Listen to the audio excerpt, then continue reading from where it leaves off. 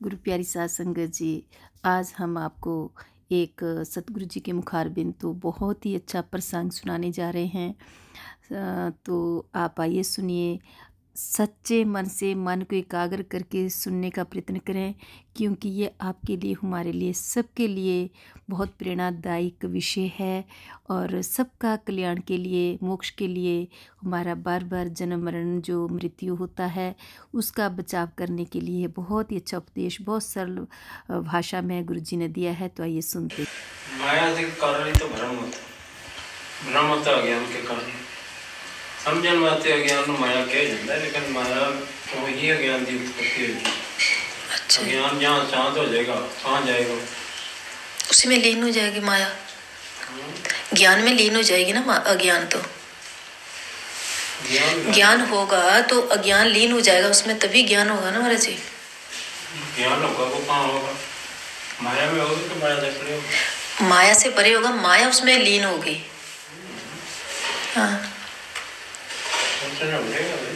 अच्छा जी। ज्ञान तो ज्ञान है, ज्ञान का मतलब क्या है? मतलब अपने आप को नहीं जानना ज्ञान है। तो ना जानना ज्ञान है जी। वस्तु को जब जान लिया तो फिर भी है तो सही ना। जानने वाला बैठा नहीं है, बैठा है। ज्ञान तो एक अज्ञानी में श्रेष्ठ आदमी है बस। तो मानता आ जाती जी। ज्ञान भी जब लीन होगा जाकर तब जाके ब्रह्म में लीन। मतलब 1 मिनट का काम है, आप भी चल पड़ो। ज्ञानी जगत में रहते हैं ना। जी जी। तो और कहीं रहता है कोई ज्ञानी नहीं मर्जी। ये माया के अंदर ही आ जाते हैं सारे ज्ञानी अज्ञानी। पर ज्ञान की जी अवस्था आती है उतरी आती उसके पीछे हजे माया पड़ी होती है। मैं एक्टिंग में लगा दूंगी ना वीडियो। सूर्य अवस्था जो कहाँ से आई? गड्ढे में 10 मिनट में जाके अजय ब्रह्म में लीन तो हुआ नहीं। ब्रह्म में लीन होगा तो तुरिया उड़ जाएगी ना। इसको तेल उड़ जाएगी, पर माया हटेगी तो ही उड़ेगी। तो मतलब जब ब्रह्म में तुरीय अवस्था तक ज्ञान अज्ञान रहता है, फिर ब्रह्म अवस्था आती है तो अज्ञान नहीं रहता, अवस्था जी ज्ञान है। अच्छा जी। अज्ञानी होना खत्म हो जाए। तो मर्जी माया बता रहे ना, माया है। माया का कोई चक्कर तो रह ही है। माया हट गई तो ब्रह्म हो गया, फिर लीन आ गया।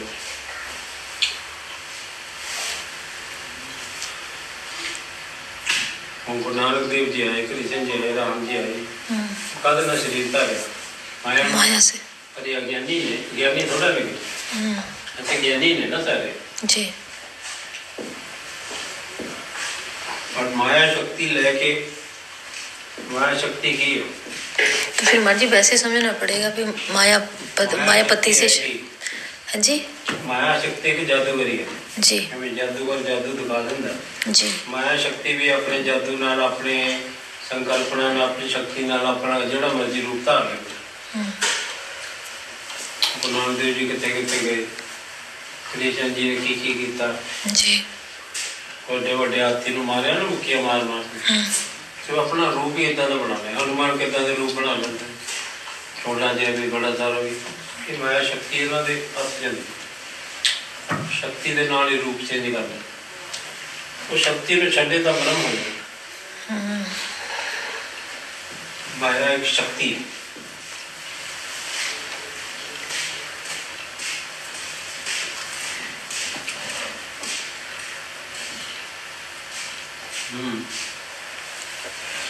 सूक्ष्म पालेगी पल्ले पहले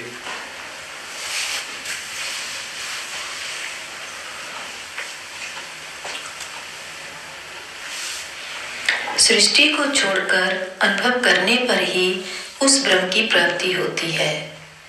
ज्ञान दृष्टि से देखे जाने वाली चीज, सृष्टि को छोड़कर, जी ठीक है। ज्ञान दृष्टि से देखे जाने वाली चीज चरम दृष्टि से दिखाई नहीं पड़ सकती। भीतरी वृत्ति से जानी जाने वाली बात उस वृत्ति के द्वारा ही जानी जा सकती है। केवल तुरीयावस्था में ही ब्रह्म, माया और अनुभव की बात जानी जा सकती है।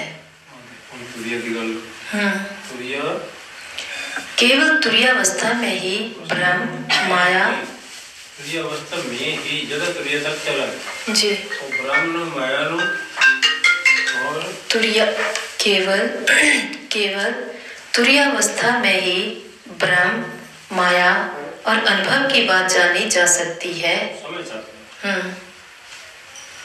और वही अवस्था सर्व साक्षिणी है। उसका साक्षित्व ही वृत्ति का कारण है। साक्षित्व ही वृत्ति का कारण, वृत्ति अर्थ है विजन तुरीय छवि ब्रह्माकार वृत्ति। और उसके बाद उन्मनी अवस्था होती है जिसमें निवृत्ति होती है। उस उन्मनी अवस्था में जानकारी नहीं रह जाती और वही विज्ञान है। वो प्रतीत ਹੁੰਦਾ नहीं, ये दिख ਰਿਹਾ और व्यवहार ਦੇ ਵਿੱਚ ਵੀ ਆਉਂਦਾ। ਪਾਣੀ ਵੀ ਠੰਡਾ ਕਰ ਪੀਂਦੇ ਆ ਔਰ ਇਹ ਵੀ ਸਮਝ ਆ ਜਾਂਦੀ ਵੀ ਇਹ ਮਿੱਟੀ ਹੈ, ਨਾਸ਼ ਹੋ ਜਾਣਾ। ਇਸ ਕਰਕੇ ਇਹਨੂੰ ਮਿੱਥਿਆ ਸ਼ਬਦ ਹੈ। ਉਹ ਵਿਵਹਾਰ ਦੇ ਵਿੱਚ ਵੀ ਆ ਰਿਹਾ, ਉਹਨਾਂ ਨੇ ਨਾਸ਼ ਵੀ ਹੋ ਜਾਣਾ। और रोटी भी खाधी, भुख भी लगी थी, रोटी भी खाधी थी, काम भी हो गया। फिर उन्होंने मिथ्या भी कह सकते हैं भी तो रोटी है तो मिथ्या ही, पर झूठ भी है वो भी मिथ्या, भुख भी ये भी मिथ्या, दोनों का काम चल गया। वो जी असत वस्तु वो तो है ही नहीं, मतलब जिन्हों कह रहे हैं हरेक दृष्टियों का जय। ਹੁਣ ਇਹ ਜਿਹੜੀ ਵਿਵਹਾਰਿਕ ਦ੍ਰਿਸ਼ਟੀ ਦੇ ਵਿੱਚ ਜਗਤ ਨੂੰ ਮਿਥਿਆ ਕਿਹਾ ਜਾ ਸਕਦਾ ਤੇ ਗਿਆਨ ਦ੍ਰਿਸ਼ਟੀ ਲਾਉਂਗੇ ਵੀ ਇਹ ਵੀ ਰਸਤੇ 'ਚ ਸੱਪ ਦਿਖ ਰਿਹਾ, ਇਹ ਵੀ ਰਸਤੇ 'ਚ ਸੱਪ ਵਾਂਗੂ। ਜੀ ਜੀ ਜੀ ਇਹ ਨੀਚੇ ਵਾਲੀ ਕਲਾਸ ਦੇ ਸਮਝਾਉਣ ਵਾਸਤੇ ਮਿਥਿਆ ਸ਼ਬਦ ਠੀਕ ਹੈ ਜੀ। तो गुरु साहब ने भी यही किया ये जग मिथ्या जान दृष्टिमान है सगल मिथ्या नहीं, ये सब मिथ्या मतलब नाश हो जाए। तो वो दृष्टि लवांगे ज्ञान दृष्टि, उत्थे फिर ये सब ये रस्सी च सप होंगे ज्ञान दृष्टि से।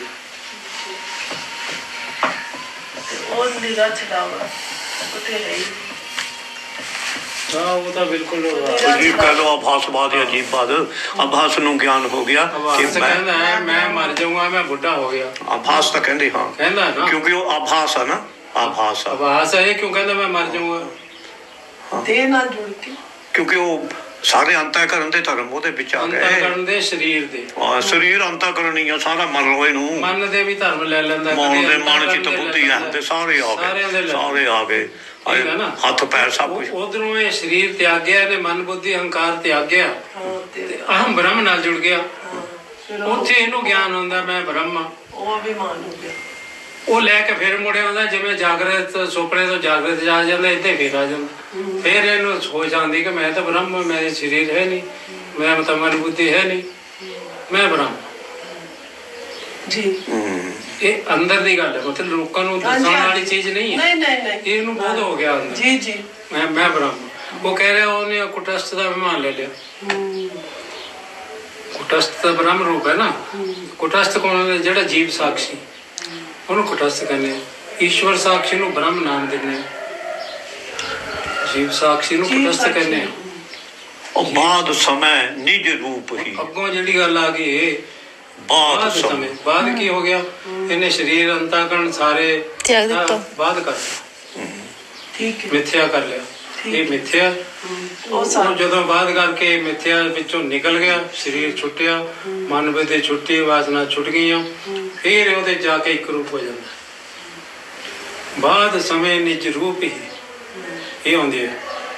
ਮਹਾਰਾਜ ਇਹਦੇ ਵਿੱਚ ਮਰਨ ਵਾਲੀ ਕੀ ਗੱਲ ਮੇਰੀ ਸਮਝ ਨਹੀਂ ਆਈ। ਮਰ ਕੇ ਉਹਨੂੰ ਪਤਾ ਲੱਗ ਮਤਲਬ ਦੇਹ ਅਭਿਮਾਨ ਨੂੰ ਦਿਖਾਉਣ ਵਾਸਤੇ ਜਿਵੇਂ ਕੁਟਸਥ ਦਾ ਅਭਿਮਾਨ ਲਿਆ, ਪਹਿਲਾਂ ਸਰੀਰ ਦਾ ਅਭਿਮਾਨ ਲੈ ਕੇ ਬੈਠਾ ਚਿਦਾਭਾਸ ਕਿ ਮੈਂ ਸਰੀਰ ਹਾਂ, ਮੈਂ ਬੁੱਢਾ ਹੋ ਗਿਆ, ਮੈਂ ਮਰ ਜਾਊਂਗਾ।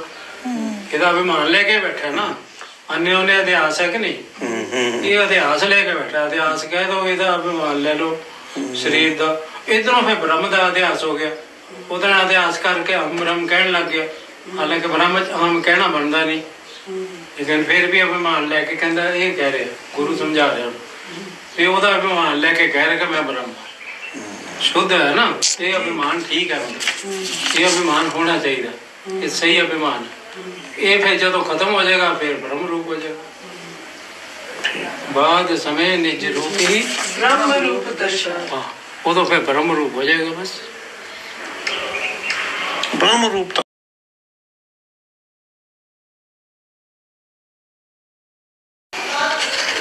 वो ब्रह्म ही है। पहले तो जीव ही था ना बने यार, ब्रह्म ही है। शरीर को बाद लेके। समय क्यों लिखा है? बाद तां वो हो नहीं गया। फिर भी हाँ, ब्रह्म ज्ञान जब हैगा हाँ फिर बाद करके